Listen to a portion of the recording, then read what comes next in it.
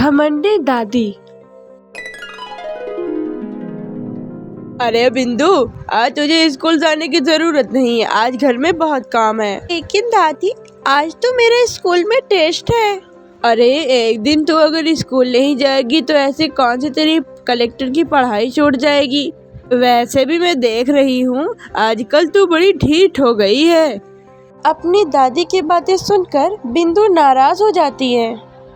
तभी बिंदु की माँ कहती है, अरे बिंदु, इतनी छोटी बात पे मुंह फुलाने की क्या जरूरत है। दादी बिल्कुल ठीक कह रही हैं, लड़कियों को तो घर के काम काज सीखना चाहिए। अरे बहू, रमेश के लाड प्यार ने इसे बिगाड़ रखा है। कम से कम तू तो मेरी बात समझती है। अच्छा, मेरे टहलने का टाइम हो गया है, मैं टहलने जा रही हूँ। इतना कहकर बिंदु की दादी वहाँ से चली जाती है।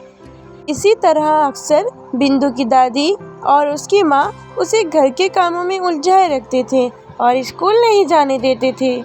इसी तरह एक दिन दोनों बच्चों के रिजल्ट्स आते हैं और दोनों बच्चे अपना रिजल्ट अपनी दादी को दिखाते हैं। शाबाश मेरे लाल, तू तो बड़े ही अच्छे नंबरों से पास हुआ है। दादी, मैं भी अच्छे नंबरों से पास हुई हूँ। रमेश की माँ बिंदु को अनदेखा करते हुए कहती है। हाँ ठीक है, अभी यहाँ खड़ी क्या कर रही है, सुन लिया मैंने। जाकर मेरे लिए चाय बना कर लिया। बिंदु उदास होकर चुपचाप किचन में चाय बनाने चली जाती है। तभी राजू अपनी दादी से कहता है, दादी, मैं क्रिकेट के कोचिंग सेंटर में एडमिशन लेना चाहता हूँ। अरे वाह राजू बेटा, ये तो तूने बड़ी ही अच्छी बात कही। तू कल ही अपना एडमिशन करा ले, जितनी फीस होगी मैं दे दूंगी। अरे एक दिन मेरा पोता विराट कोहली बनेगा। इस तरह अक्सर रमेश की माँ अपनी पोती के साथ दुर्व्यवहार करती थी। कुछ दिनों के बाद रमेश की पत्नी और उसकी माँ राजू का एक अच्छे स्कूल में एडमिशन करवा देती हैं। लेकिन बेचारे बिंदु का एडमिशन नहीं करवाते, जिस बात से नाराज होकर बिंदु कहती है, लेकिन दादी, मुझे भी अपने आगे की पढ़ाई करनी है। अरे क्या करेगी तेरी पढ़ाई लिखाई करके हैं? अब से अपने दिमाग से ये पढ़ाई लिखाई का भूत उतार दे। इतना कहकर रमेश की माँ वहाँ से चली गई। उस दिन के बाद से बिंदु की पढ़ाई हमेशा के लिए छूट जाती है और बिंदु की दादी उससे घर का सारा काम करवाना शुरू कर देती है। इस तरह उसका सारा दिन घर के कामों में ही बीत जाता था। कुछ दिन बीत जाते हैं और एक दिन रमेश छुट्टियों पर घर आता है। बिंदु को घर के सारे काम करते देख रमेश बिंदु से कहता है, बिंदु बेटा, तुम स्कूल नहीं गई?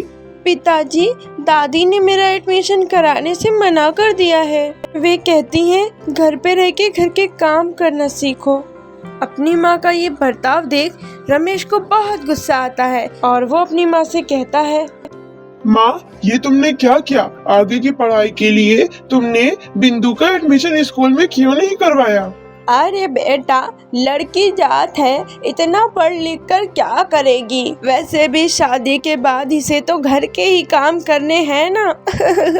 तुम किस जमाने में जी रही हो माँ? अगर कल्पना चावला के घर वाले भी तुम्हारी सोच के होते तो क्या वो पूरी दुनिया में अपने देश भारत का नाम रोशन कर पाती? इसका स्कूल छुड़वाकर तुम इसका भविष्य बर्बाद कर रही हो, लेकिन मेरे रहते ऐसा नहीं होगा।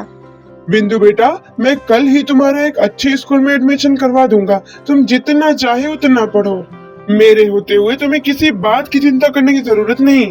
अपने पिता से हौसला पाकर बिंदु खुश हो जाती है और कहती है, जी पापा, मैं खूब मन लगाकर पढ़ाई करूंगी और बड़ी होकर डॉक्टर बनूंगी।